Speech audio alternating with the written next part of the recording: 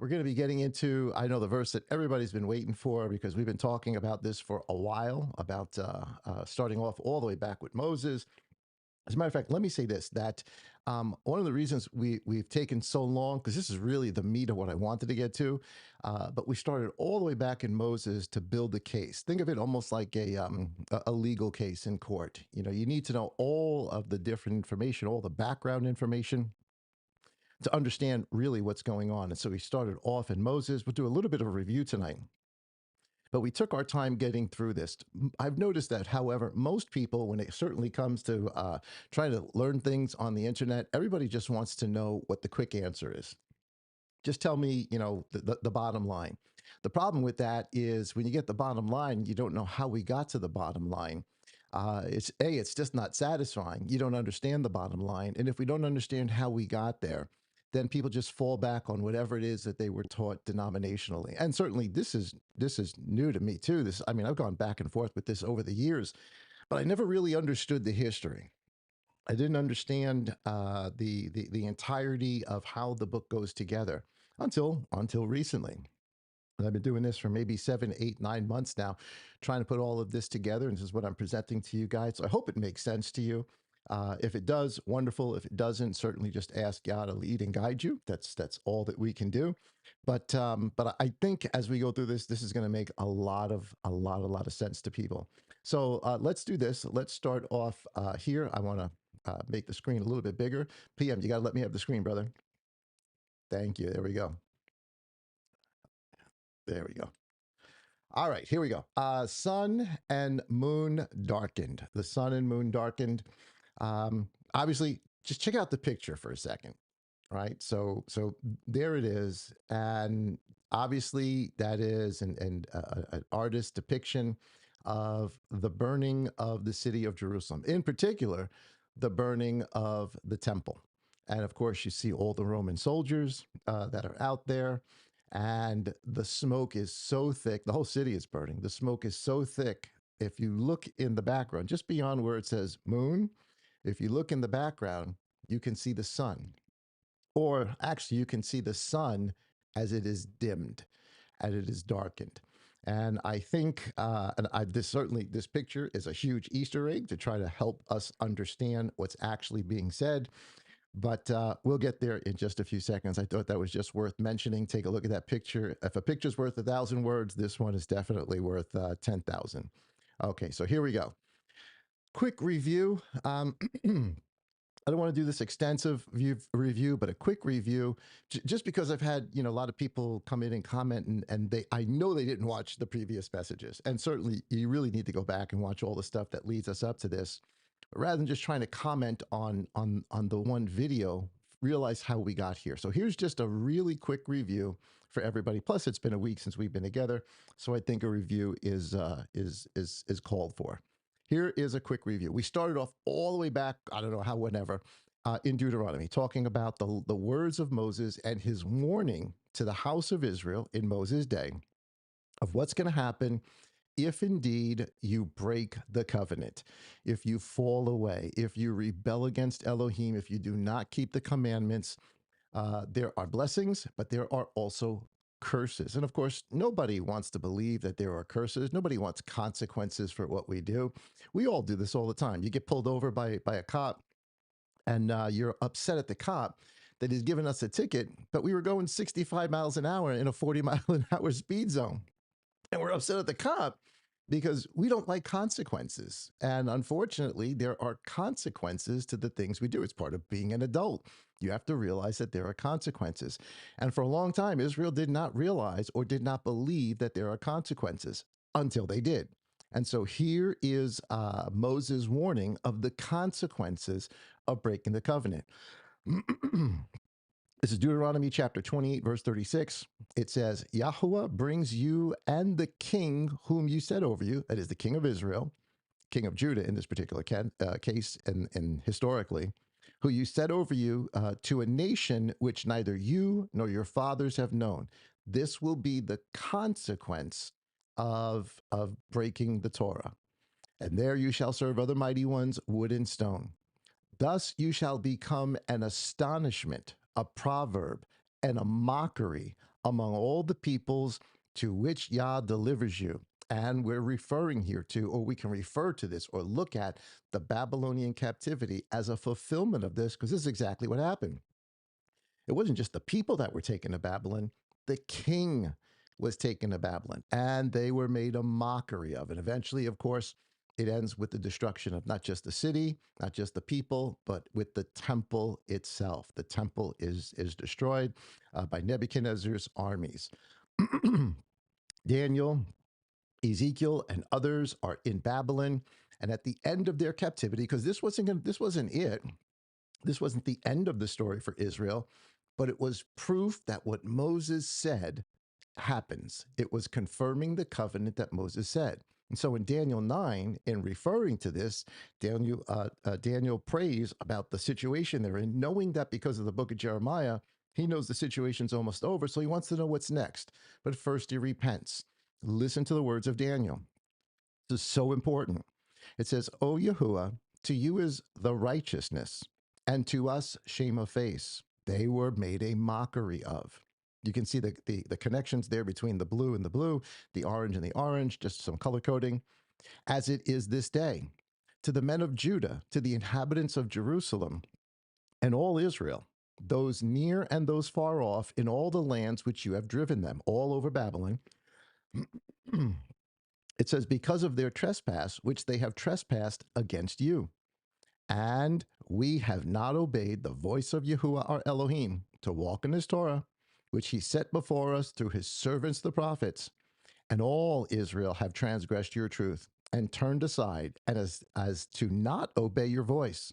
So the result is so the curse and the oath written in the Torah of Moses, the servant of Elohim, has been poured out on us, for we have sinned against him. And here it is. He has confirmed his words, meaning Moses' words. Elohim has confirmed the covenant, the words given to Moses by their Babylonian captivity and the destruction of the temple, which he spoke against us and against our rulers who judged us by bringing upon us a great evil. And now he says it again. For under all the heavens there has not been done like what has been done to Jerusalem, as it is written in the Torah of Moses. So there is no doubt that Daniel is equating the Babylonian captivity as a fulfillment of Deuteronomy 28. This is the confirmation of the covenant that now the curses have come and all this evil has come upon us. And of course, we find out through the book of Chronicles and through the book of Jeremiah that they're going to be there for 70 years because for 490 Shemitas, 497s, they did not keep the land Sabbath. They did not let the slaves go free. They didn't do any of those things that the Torah said, plus breaking all of the commandments of the Torah. And so they were in captivity for 70 years each year for a Shemitah that they missed. But remember, it's 497s that they missed. So now Daniel is asking, what next? What's next for our people? So that's the beginning of chapter 9. So now he prays what's next. Here's Daniel chapter 9 and verse 19. It says, "O Yahweh, hear. O Yah, forgive. O Yah, listen and act.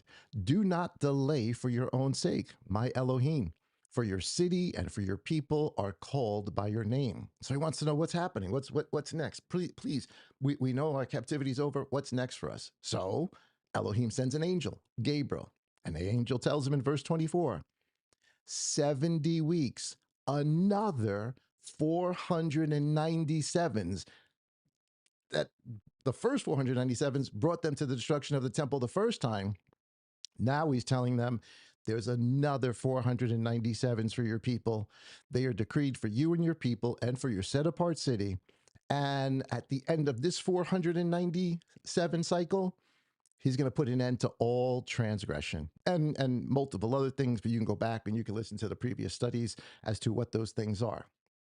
So there is a 497 prophecy that leads up to the first destruction of the temple. And we're going to find out now there's another 497 prophecy leading up to destruction of the second temple. And so in the rest of Daniel, he tells us how this is going to happen. But this is just a summary, so it's not detailed. You can go back, listen to the detailed study. So in verse 25, this is what's going to happen during these 497s or 490 Shemitas. Elohim is going to help them restore and build Jerusalem unto Messiah the Prince, meaning the temple and the city. Messiah shall be cut off. The Messiah is going to come in this cycle of 490 Shemitas, and he's going to die as well. Verse 26 says, and a coming prince, I put the PDP in there because we've already discussed this, Rome, shall destroy the city, Jerusalem, and the set apart place, the temple. So the temple is going to be rebuilt. And we know it is. When you read Nehemiah, when you read Ezra, we know that this is all history that actually happened. It says, and he, meaning the Messiah, shall confirm a covenant, not a covenant, the covenant. Just like it was confirmed the first 490 Shemitas, it's going to be confirmed again. And he shall confirm the covenant with many for 1 week during the last 7, the last Shemitah of the 490 years. And in the middle of the week, for Shemitah 7 years, 3.5 years into that last 7-year period, he, the Messiah, shall put an end by the abomination of desolation to the slaughtering and meal offering. That's the altar. Now, I want you to notice here, this is different than what Nebuchadnezzar did. Nebuchadnezzar destroys the temple.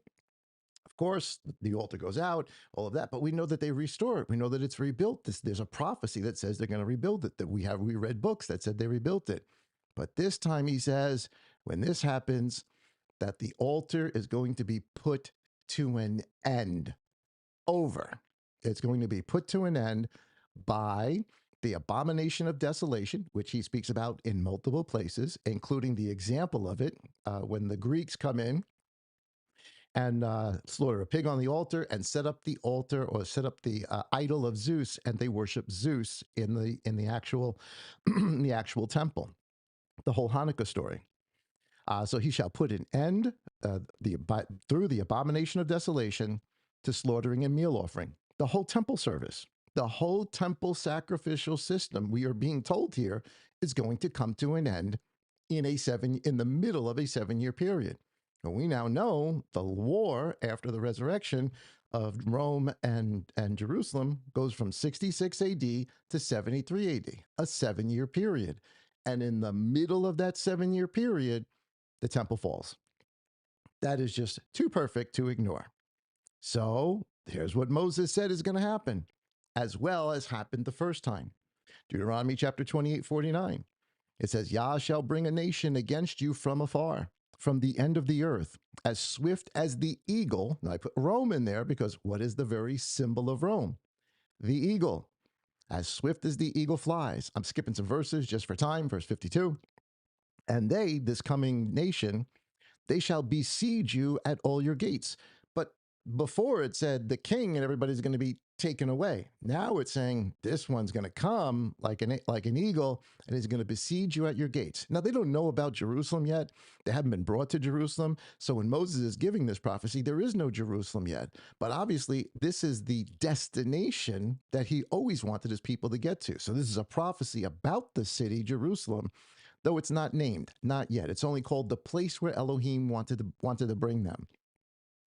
So it says, and they shall besiege you at all your gates till your high and fenced walls in which you are trusting. Verse 62. Again, I'm skipping verses. And the ultimate result of all of this is that you shall be left few in number. The majority of the Jews of that day will be killed, and few will survive. Verse 64. And Yahuwah, so this is the ultimate end of the whole thing.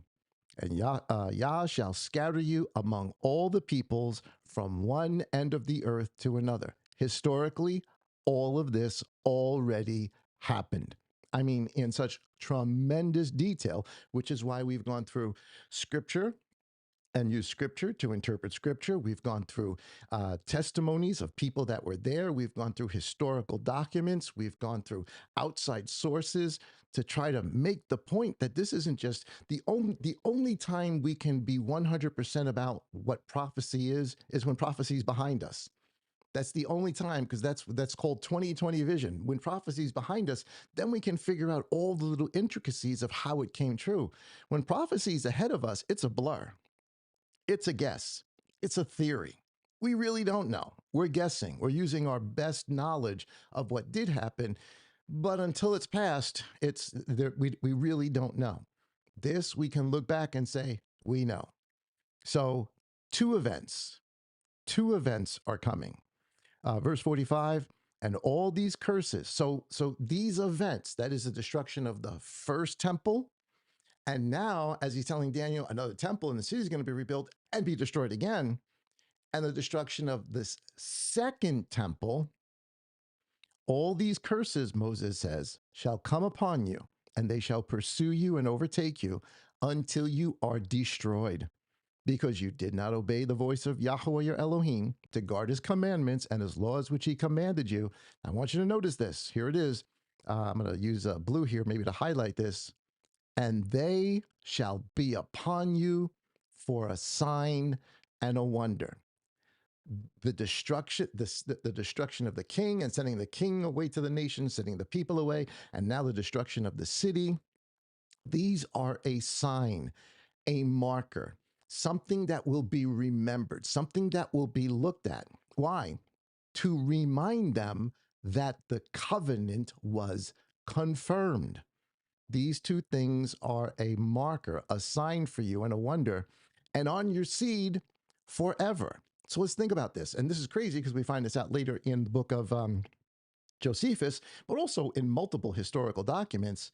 The date of the destruction of the first temple under Babylon is the same date as the destruction of the second temple under Rome. Do you think that's a coincidence?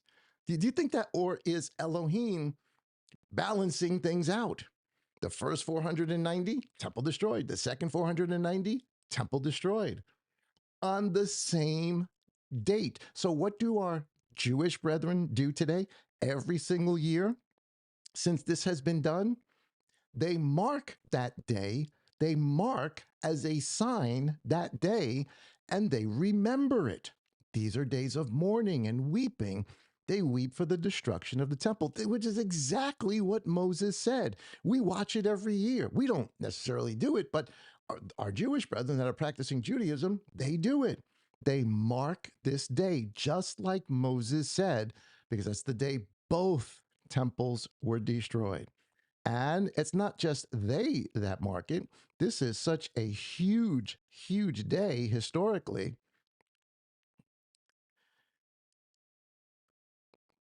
Sorry, I went just a little bit too far. Let me make this bigger. They actually they mark this day, the ninth of Av, ninth going into the 10th day of Av, as the day that the temple was destroyed. Here is Messiah describes these same events. This is what the Messiah is describing to us or prepping us for in the book of Matthew, in the book of Luke, in the book of Mark, the very thing that Daniel is talking about, this upcoming destruction. Now you'll notice in the prophecy of Daniel, nowhere does it say that a temple is going to be destroyed and it's going to stay destroyed, which he says is the end, and then later on another temple is going to be set up and this thing is going to happen. Daniel didn't say that. It's not in the text. That's how it's inferred today using uh, uh, the idea of the modern interpretation that these are prophecies yet in the future to come, rather than looking at these as historical. Now, historical would be preterist. That's the theological term for it. That these are historical events, prophecies, yes, but still historical events. Listen to what the master says to the Sadducees, the Pharisees, and the scribes. Matthew chapter 23, verse 32. And you fill up the measure of your fathers, your serpents, your brood of adders. We're going to read this again a little bit. It says, how will you escape the judgment of Gehenna? Verse 35. So that on you should come all the righteous blood shed on the earth. Jerusalem, Jerusalem, killing the prophets and stoning those who were sent to her. How often I would gather your children together the way a hen gathers her chickens under her wings, but you would not. See, your house is left to you desolate. And we're going to find out in Matthew 24, he's going to refer back to Daniel, who only talks about two temples. Why is all of this happening? Here's Luke chapter 21 and verse 20. It says, and when you see Jerusalem surrounded by armies, know that its laying waste is near. Why? Because these are the days of vengeance, to fulfill all that has been written, or to confirm the covenant of Moses, just like he did the first 490. So just trying to make connections here that we can put all of this story together. Now, I do want to mention this here because I've got it highlighted here, I've got it highlighted here, and I've got it highlighted here. That word see.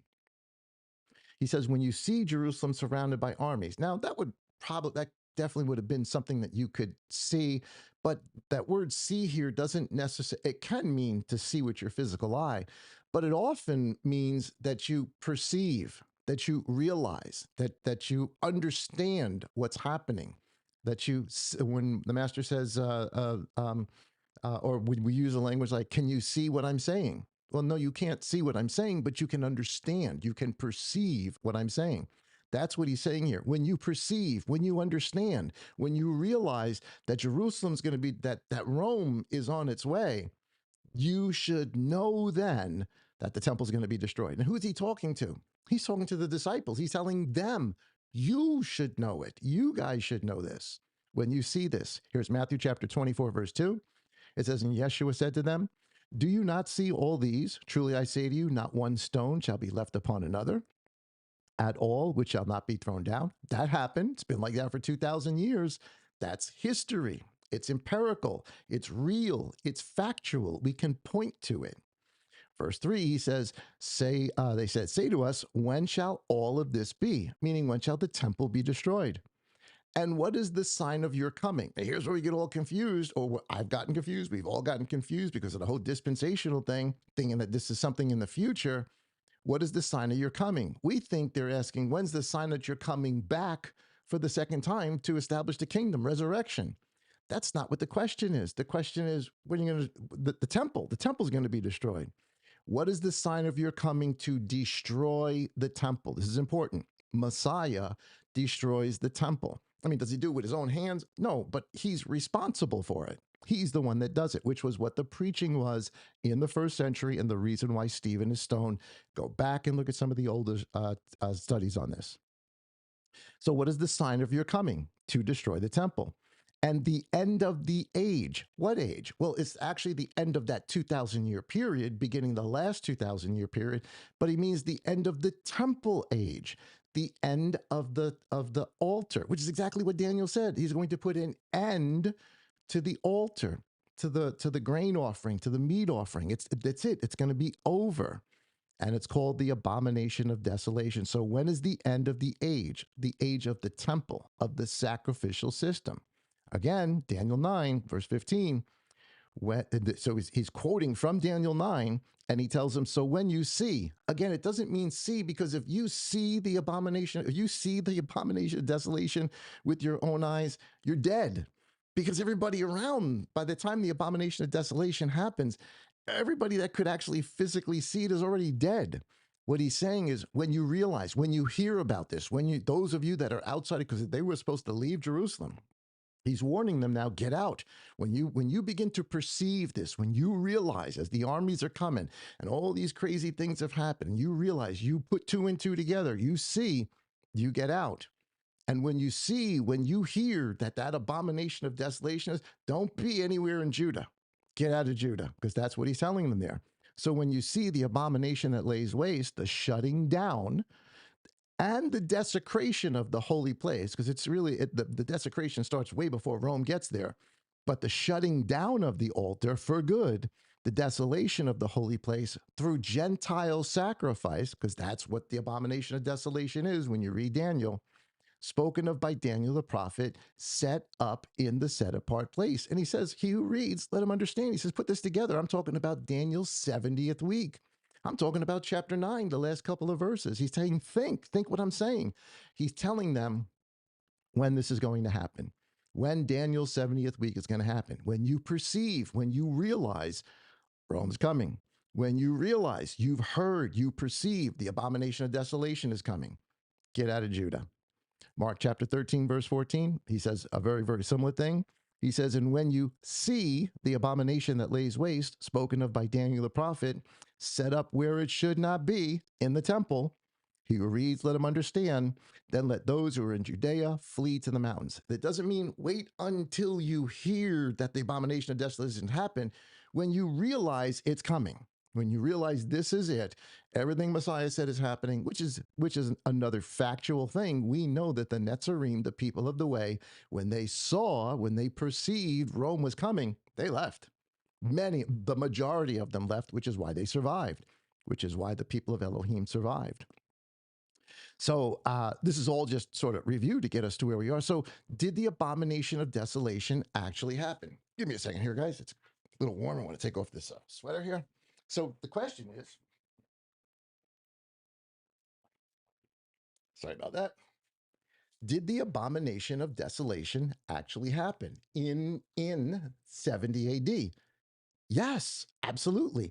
Just like it happened with the Greeks, with the Seleucid army for Hanukkah, a Gentile sacrifice offered up to the chief god, the Greek god would be Zeus, offered up to the Greek god in the temple. But they didn't shut down. This wasn't the end of the temple when the Greeks did it. But when Rome does it, that's it. This is the end. So did that actually happen? Well, from a historical perspective, yes. And Josephus records it. And it is still part of the testimony that all of the world sees. All the tribes of the earth have seen this. Our Jewish brethren memorialize it every 9th of Av, just before the fall feast. And we all acknowledge it. Rome acknowledged it. Here is the book of Josephus, book 6, chapter 6, and section 1. And listen to what it says. I'm reading up here, guys. It says, and now the Romans, upon the flight of the seditious into the city, and upon the burning of the holy house itself, and of all the buildings round about it, brought their ensigns, the Aquila. This right here, guys, this is the Aquila. This is another ensign. They had a whole bunch of different ones that were snakes, the eagle.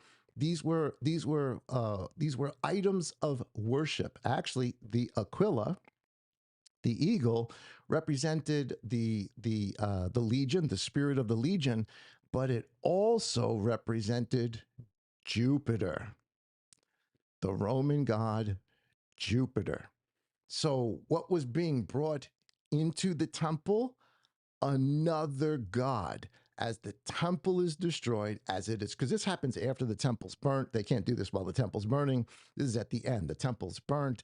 People have died. The place is disgusting. This is the cleanup. At the end, the Romans do this. They actually begin to give slaughter. They make sacrifices to their ensigns, to the Aquila, to their sacred objects, to Jupiter. Jupiter is the Roman equivalent of Zeus. It is the chief god. Wait. What did the Greeks do when they got in there? They gave an offering of a pig to Zeus and set up a statue of Zeus in the temple. Hanukkah.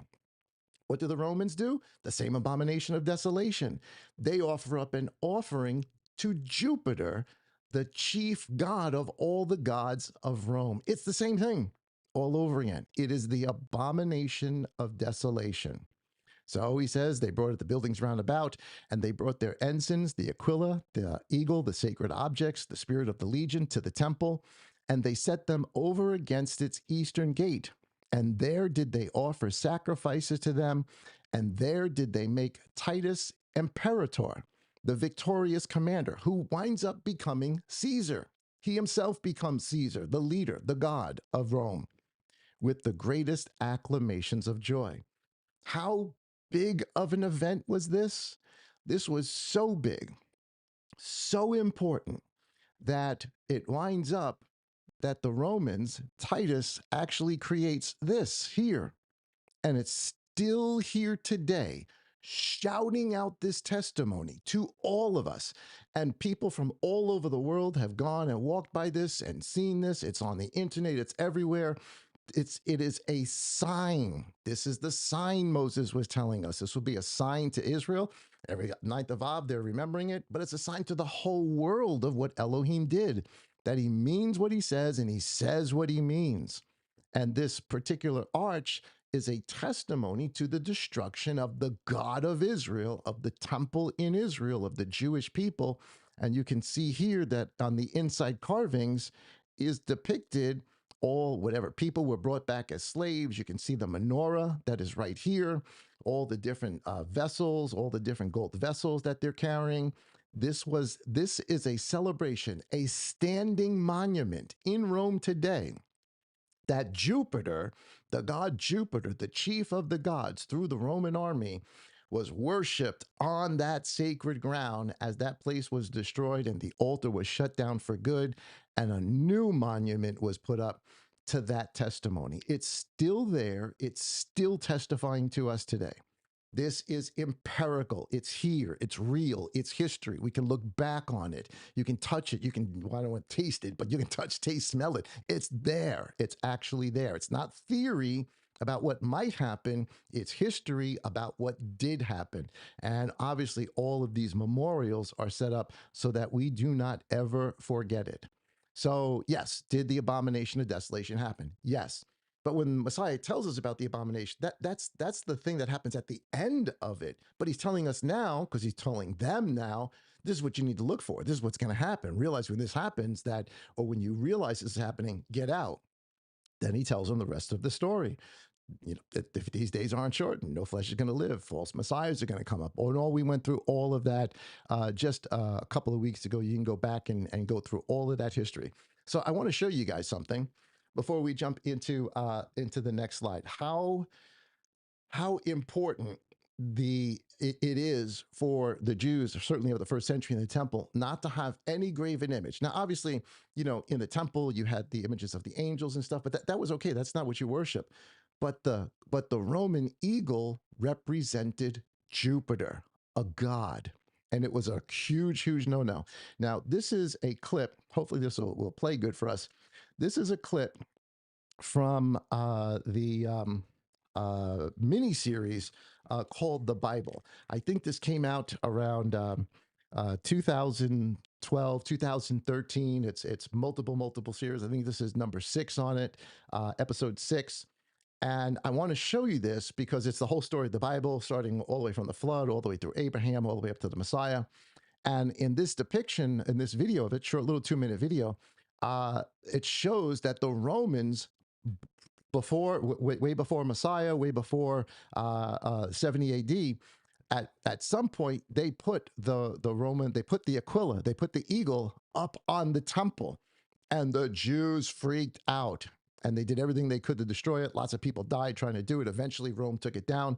But here is the movie depiction of this so you can realize how big this was, what people would do, what they were willing to do to die so that no idol would come into that temple. And what a disgrace, what an abomination it would be when Rome finally does, what this picture right here, one more time, what this picture depicts here, how huge this event really, really is, how big this is, that Jupiter is actually worshipped there in the temple, as attested to historically by Josephus. So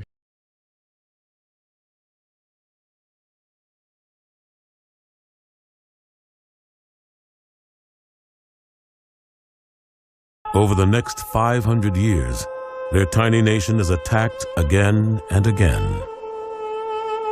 Then they succumb to the might of Rome. Roman greed. All of it, forward! Roman law. Roman punishment. Israel suffers like never before. Every day, the people pray for a new King David to lead them to salvation.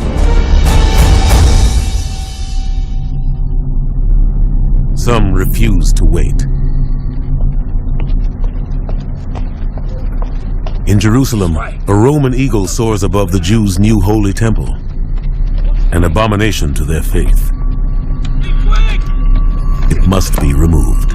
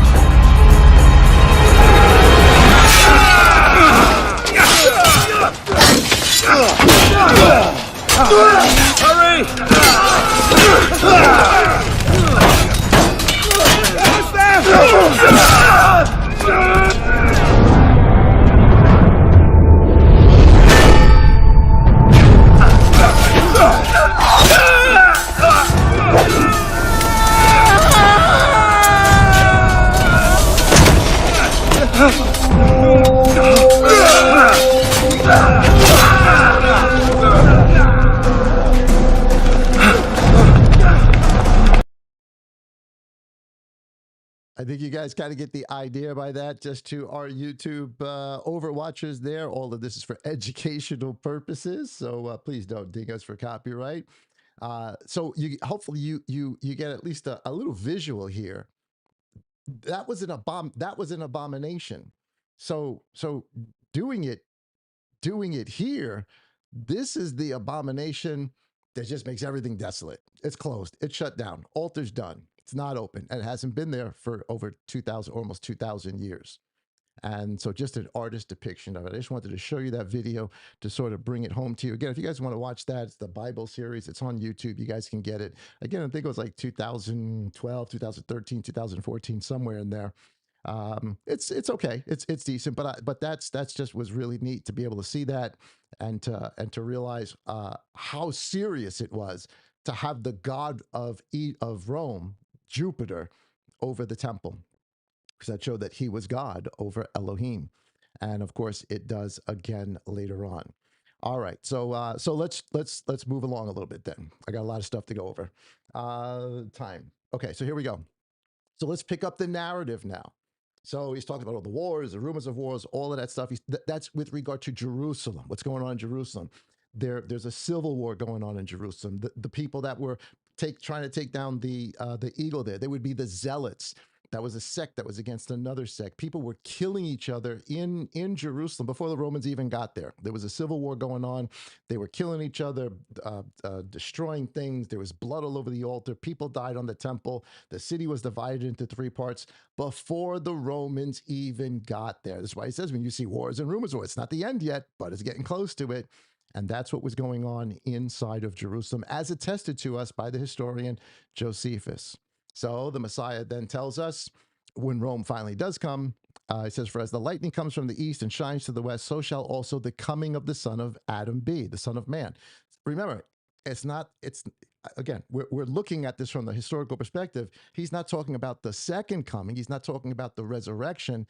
He's talking about the coming to destroy the temple, to confirm the covenant. The words that Moses said, the way he confirmed the covenant through Babylon, he is now going to confirm the covenant through Rome. He says, for wherever the dead body is, there the vultures. We looked at this word the other day. It's not vultures, it's eagle. For where the dead body is, there the eagle shall be gathered together. Remember, what's the eagle? Well, we just finished seeing it. So interesting. Maybe a dual meaning there. All right, so now here's the verse. Here's the verse. This is what we've been trying to get to. Verse 29. And immediately after the distress of those days. Now, I guess it depends on what version you got. It might say something that immediately after the tribulation of those days. Another way of saying it in other verses might say, and immediately after the pressure of those days. So the question is, what days is he talking about? See, we read that in that dispensational way, in the future sense, at the end of the 7 years, in sometime in the future, then the Son of Man's going to come. and all of these signs and wonders are going to come. When we've already read in Josephus, all these signs and wonders happen back then already with testimony that they happen, both Roman and Jewish testimony. So immediately after, we'll look at what those words mean in a second. And immediately after the distress of those days, the sun shall be darkened, and the moon shall not give its light, and the stars shall fall from the heaven, and the powers of the heavens shall be shaken. And then the sign of the Son of Adam shall appear in the heaven, and then all the tribes of the earth shall mourn, and they shall see the Son of Adam coming on the clouds of heaven with power and much glory. And he shall send his messengers with a great sound of a trumpet, and they shall gather together his chosen ones from the four winds, from one end of the heavens to the other. Now, I know. You read that, and oh my goodness, if that was all we read, without all of the historical data before this, without all the testimony of Messiah, without all the testimony of Moses, without all the testimony of Daniel, if all we read is this, yeah, it does sound like he's talking about the second. You could read that and make a fair judgment call and say, yeah, gee, that sounds like that's the coming. We're going to see him in the clouds and all the rest of that. I get that. We've all been there. I've been there. We've all been there. But I'm going to give you some alternative things, because it's either all in context or it's not in context. Or he's been talking about the destruction of Jerusalem the whole time, and now all of a sudden he's flipping to the end. That just to be fair, maybe that's a possibility. Or he is still on point, answering the same questions that they asked before. What's the sign of your coming? When are these things going to happen? And what is the sign of your coming to destroy the temple? And I think that's what he's telling them there. That's what this is about, the destruction of the temple. So here's how Mark says it. It says, but in those days, after that distress, the sun shall be darkened, and the moon shall not give its light, and the stars of the heaven shall fall, and the powers in the heavens shall be shaken. Now, I want you to notice here, because obviously the issue, one of the issues here is it says, and immediately after. That word immediately, I think I have it defined. Let me just make sure I have it on here. I'm not sure if I did it or not. Yes, I did. So before I get to that, let me just go back here for a second. So we're going to define this word immediately because it's important, because it appears in the Gospel of Matthew account. But here's Mark, same account. Mark says, but in those days, immediately after the distress of those days, but in those days, after the distress or after the tribulation. So again, tribulation being the civil war, the killings, the murderings, the assassinations, the famine, all this stuff is going on, the Jerusalem being burnt, people, destroying each other way before Rome even gets there. After the distress of those days. So he's talking about at the end of all of this. What's going to happen at the end of all of this? Well, what is the purpose? What is the topic? The whole what is this whole thing about? Not one stone will be left upon another. That's the end of all of this. That's what happens at the end. That's what happens in 70 AD, 3.5 years in. It's like a 4-month siege that goes on, but this is the end of the siege. So I think what it's saying is, in those days, after all of this horrible stuff that's going on, this 3-month siege, this is how it ends. It's going to end with the sun being darkened, and the moon shall not give its light, and the stars of heaven shall fall, and the powers in the heavens shall be shaken. You can see it's the same verbiage that you get here in Matthew as well. The only difference between Matthew and Mark is that word immediately. So with that in mind, let's go to this next slide and see if we can define this. So the distress of those days. Just and again, you guys got to go back and you got to listen to all the other stuff because we went through all the distress in detail. But the distress, he's talking about the fightings, the murderings, the famine. They did the famine to themselves. They destroyed their own food. the people being cannibalistic on each other, eating each other, women eating their babies. That's the distress he's talking about. The pestilence, the disease, the sickness that is coming up from tens and hundreds of thousands of dead bodies all over Jerusalem. The civil war, all the false messiahs, the three different sects that were fighting each other. Each one had a different false messiah leading them. All the signs that they saw in the heavens and all the signs they saw with the temple, the omens, all of this before Rome even laid siege to them. So when Rome, and this is what Josephus tells us, when Rome actually got there, it wasn't Titus. He wasn't the first one there. It was Vespasian was the general that was there. That's Titus's father, actually. So here is right out of the Jewish War, book 4, chapter 6, and paragraph 2. Here's what Josephus says. Vespasian is who he's talking about. This is what Vespasian, the general, said. As they got to Jerusalem, they see it's burning already. They see people are screaming, they're dying, horrible things are going on. And his generals, his commanders, they want to hurry up and attack Israel. They want to hurry up and attack the city.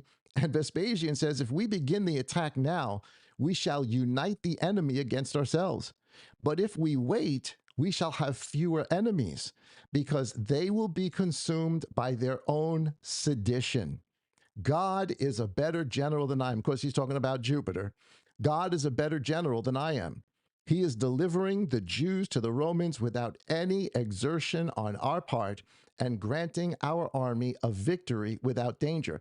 They were tearing each other up so badly that the Romans didn't even attack. They just watched for as long as they could, because as he says here, they knew once they did attack, then it would unite all of the different factions, and then they would be fighting a united army. So after the distress of those, finally, they do unite, they are fighting. After the distress of all of those months of having siege laid to them, at the end of that, the temple and the city are burned. This becomes the end. Now, the temple and the temple buildings around it on the first part and the second part of the city are all burned at the same time. The upper part is about a month later, but they captured the temple already at the 9th of Av. So this is what follows immediately or after all of the distress. Matthew again, and immediately after the distress of those days, the sun shall be darkened, and the moon shall not give its light. Again, we're thinking off in the future, somehow the sky's going to be darkened, and this is going to be the thing that shows us when Messiah is coming. When in fact, I think what he's actually talking about is what the conditions were at the end of the siege. And you can see it here in this picture. This is just an artist rendering. But don't forget what's inside that temple. Oil, cedar, wood, and all the buildings around it are on fire. And all the other buildings in Jerusalem around it are on fire. And the smoke is coming up and blotting out the sun. Well, this happens actually at night, starts at night, so you can't even see the moon. And you'll listen to Josephus' testimony about this. You can't even see the moon. And then the next morning when the sun comes up, it is so dimmed because of all the smoke that's in the air. So that word, and immediately, is G2112. Euthe, I guess is eutheos, I guess is how you would say it. And it's an adverb, it's a description of action, and it means directly, or at once, or soon, anon, as soon as, forthwith, immediately, shortly, meaning like shortly after, straightway, following. So when it says immediately after the distress of those days, it might actually be a little bit more clear for us to say it this way. And shortly after, at the end of all of these 4 months of whatever, what happens? The sun gets blotted out, sun gets dimmed, and the moon gets blotted out. Why? Because the temple is captured. The temple is burned. Jerusalem, the city, is burned. And you can't see your hands in front of your face. Let's listen to some of the testimony that comes out about this. Here is, again, same picture that we just saw before. here's just some of the description. You guys just get the book of Josephus. Read this stuff. It's actually it's really horrible, but read it about the horrific fires and the black smoke and what was happening. Here's book 6, chapter 4, section 5 through 7 about the temple fire that Josephus writes about. He says, and besides, one of those that went into the place prevented Caesar when he ran hastily out to restrain the soldiers and threw fire upon the hinges of the gate in the dark, whereby the flames burst out from within the holy house itself immediately. So what winds up happening is they decide, or now Titus is in charge. It's months later. Vespasian is gone. Titus is in charge. And Titus doesn't want to destroy the temple. He wants to take the temple as a trophy for Rome. He doesn't want it destroyed. One of his soldiers, a couple of his soldiers, in their zeal and hatred for the Jews, threw burning embers of wood through one of the windows into the temple, starting to light the oil. When Titus hears about it, he's not there at the battle. He goes quickly with his commanders to stop it, to put out the fire, because they want that temple as a trophy. But the fire got so big, so fast, because the oil that was in there, and this became so fierce, they couldn't put it out. Here's book 6, chapter 5, section 1. It says, while the holy house was on fire, everything was plundered that came to hand. The 10,000 of those that were caught were slain. So dead bodies, amongst the hundreds and hundreds and hundreds of thousands of bodies. The place must have smelled disgusting, the entire city. Nor was there a commiseration of any age or any reverence of gravity, but children and old men or profane persons and priests were all slain in the same manner. Romans came in, they just chopping up everybody. Yet what was the misery itself more terrible than this disorder? For one would have thought that the hill itself, the entire hill upon which the temple sits, of which the temple stood, was seething hot. I looked up those words, that seething hot. What he's saying is it was so hot, and the blood that's being spilt by all the soldiers that are killing the Jewish soldiers that are there, their blood, the temple was so hot, their blood would turn to steam. So you've got the black smoke coming out from the temple, plus the steam, billows of blood and fire, steam and smoke coming up in front of them to the point where the Romans can't. And the fire got so loud. I don't know if you've ever seen or listened to like a forest fire. It is loud. Fires are not quiet. They are loud. This fire was so loud. He goes on to describe it. Let me see if he gives a description here. So he says the temple where it stood was seething hot. Vapors of steam and blood were coming up from the floors, from the ground. It says, as full of fire on every part of it. The flame was also carried a long way and made an echo, together with the groans of those who were slain. And because this hill was high and the works of the temple were very great, one would have thought the whole city had been on fire. Nor can one imagine anything either greater or more terrible than this noise. And he goes on to explain that the sound of the fire was so loud, the Romans couldn't hear orders from their generals. When they stopped, they couldn't hear each other. The noise was so loud. Josephus says, even off the mountains, the sound of this echoing off the mountains, you could hear it in Perea. Think of Perea as just another area. You've got Judea, you've got Samaria, you've got Galilee, and you have a land called Perea. It's like being from. If this was happening in the Bronx, you could hear it in Manhattan. That's what he's saying. This fire was so fierce. Don't forget, it's the desert. Plus, you could probably see this thing from the Gulf all the way to the Mediterranean Sea, because it's the desert. There's no night lights. There's no there's no light pollution. This thing is glowing the whole, from the sea to the sea. You're watching this thing happen, and that smoke that's rising up. So the noise was just deafening. Plus, with everybody screaming and yelling and moaning. It says, nor can anyone imagine anything either greater or more terrible than the noise. And now the Romans, judging that it was in vain to spare what was round about the holy house, burnt all the, so they just set everything on fire, as also the remains of the cloisters and the gates, two excepted, the one on the east side and the other on the south. You're going to find that the east side is where they actually do their own, where the abomination of desolation gets done, but which, however, they burnt afterward. book 6, chapter 4, 6 paragraph. He says, "But as for the legions, they were in such disorder themselves that they could not hear Titus's commands, for their ears were deafened by the great noise, and the dust and the smoke did so fill their eyes that they could not see." It was so thick, so black, the steam from the blood, the smoke, the vapors, pillars of blood and smoke everywhere that you couldn't even see. Now, just so you have an appreciation for this, because I guess I get it. It's hard for us to wrap our minds around it. That picture doesn't, I mean, it does it justice, but let's really realize what's going on here. Here is, I don't know if you guys remember this, here, certainly here in New York, we had the fires a couple of years ago in Canada, the forest fires that went on. That smoke was so bad. This is actually a picture here of Manhattan.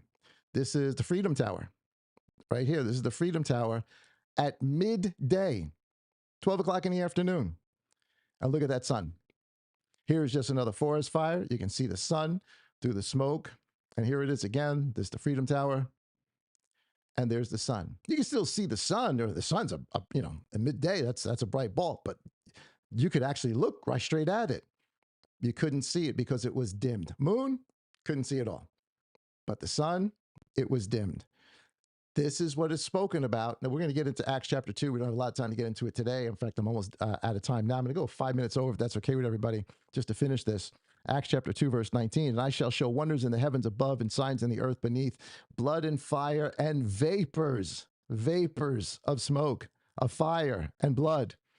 The sun shall be turned into darkness and the moon into blood before the coming of the great and splendid day of Yahuwah." And we're going to find out that this is what Acts is actually talking about, the destruction of the temple as well. But that's another study for another day. All right. So neat pictures, but certainly the sun darkened and the moon blotted out, something we can relate to. So what about the stars falling from heaven? We'll sort of end with this. I think I got one more slide after this. So it says, "Immediately after the distress of those days, the sun shall be darkened and the moon shall not give its light. And the stars shall fall from the heaven, and the powers of the heaven shall be shaken." So what's happening here? Right? This is very apocalyptic language, but he's telling us what's happening. He's giving us, but he's also sort of hiding it a little bit, because the vapors and pillars of smoke, we now know from Josephus' testimony, he's talking about the burning of the temple. What are the powers of heaven? Just quick definition. The powers of heaven he's referring to are the demonic influences over Jerusalem, over the temple, the principalities and powers that were ruling there. The stars in the Bible can be a couple things. They can either be angelic or supernatural beings, angels, or fallen angels, but they can also be earthly servants controlled by the heavenly beings. Two definitions. I'll show them to you in a second. So here's Ephesians chapter 6, verse 12. So you get an idea of that. This is not off the wall. This is the pattern of what he's talking about. "Because we do not wrestle against flesh and blood, but against principalities and authorities, powers, heavenly powers, and against world rulers of the darkness of this age," stars, servants, messengers of the heavenly powers, humans, or maybe angelic, but also humans, "and against spiritual matters of wickedness where in the heavenlies." The destruction that was going on in Jerusalem was also a spiritual battle for what had been going on in Jerusalem when Messiah was there, before he was there, and certainly at the time that after he left. Here's 1 Corinthians 2:6.